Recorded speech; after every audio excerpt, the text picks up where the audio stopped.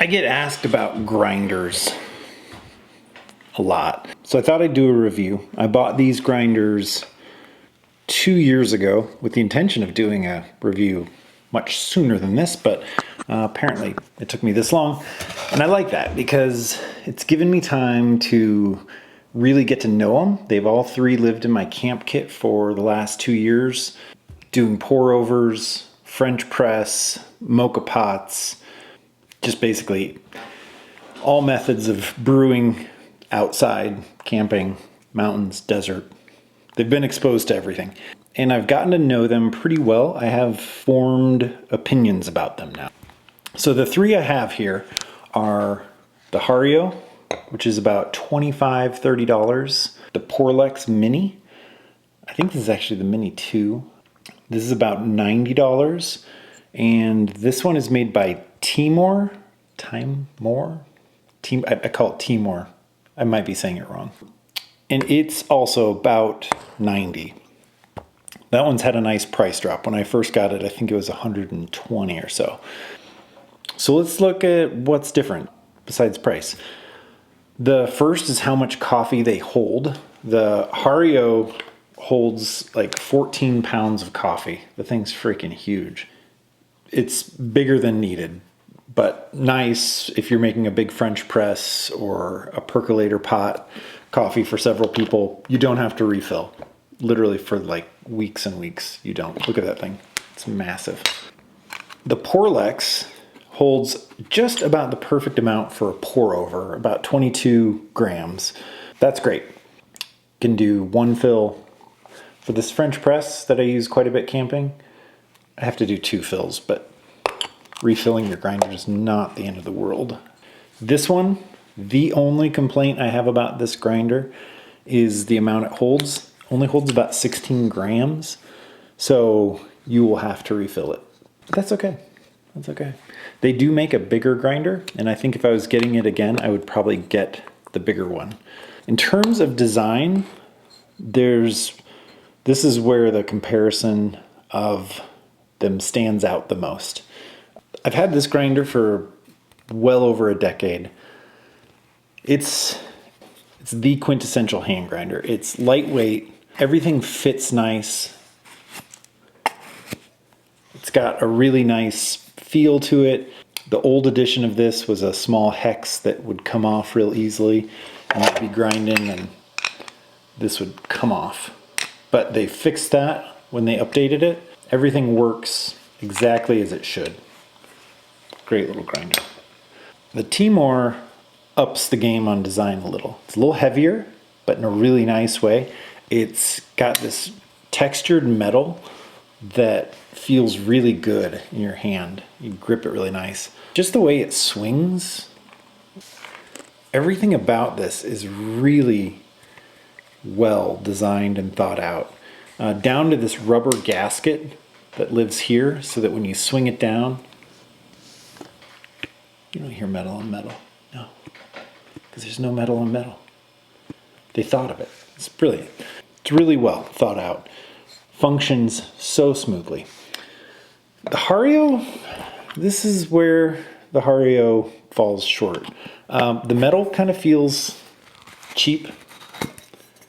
I mean, it's like just one step away from feeling like plastic.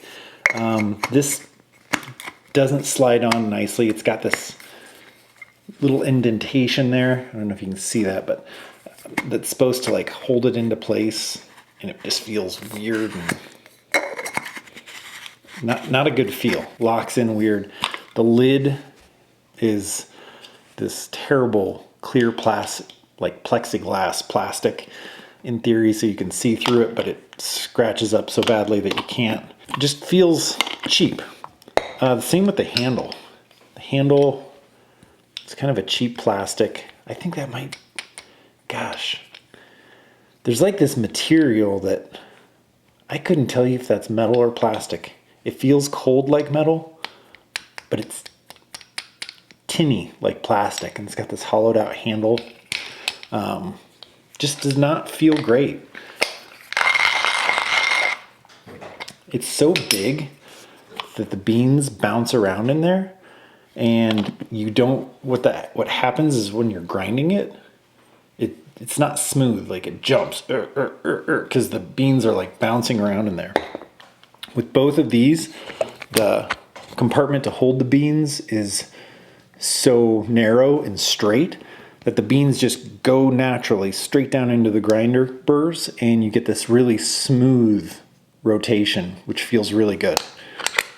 In terms of function, the adjustments on the Hario, you've got this kind of plastic piece that fits on there, and you can adjust it. You cannot get a fine grind though. It does not do great with a fine grind.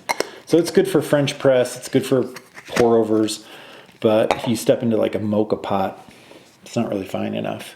The Hario has, I don't know what that is. I feel like that's plastic. They kind of mask it to look the same color as the ceramic burrs, but I'm pretty sure that's not ceramic. I think that's plastic.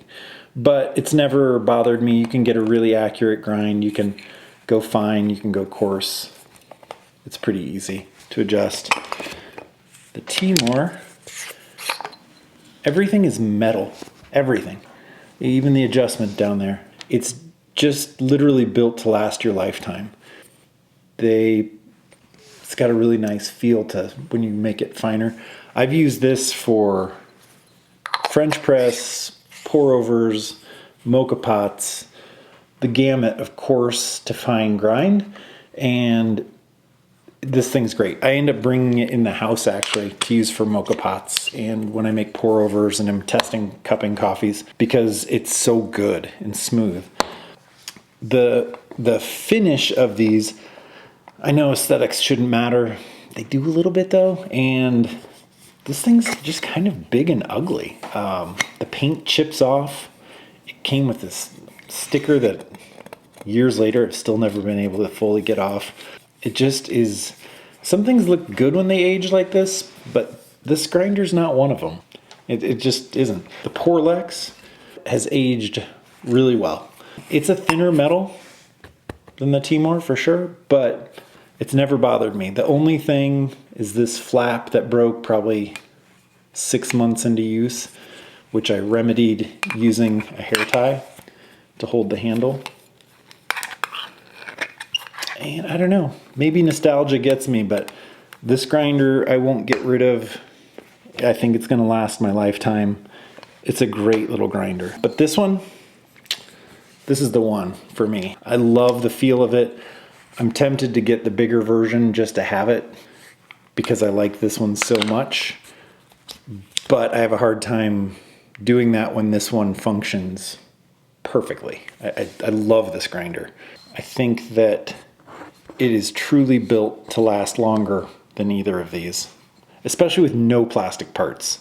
I mean, that's fantastic. It's got a little style point of wood handle. Come on, that's brilliant. And then this little spring action works so well. I thought this was gonna be hokey at first, but no. Oh, listen to that. Works so good. So that's the grinders in a nutshell.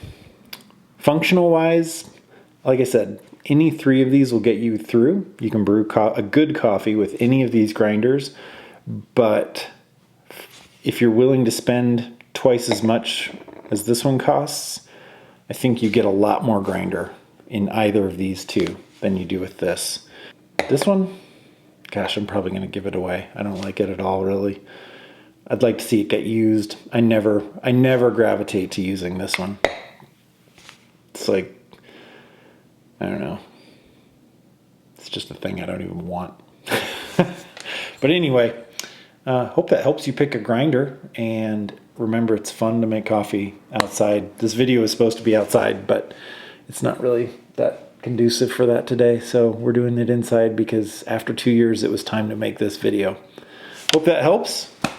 Have a great day.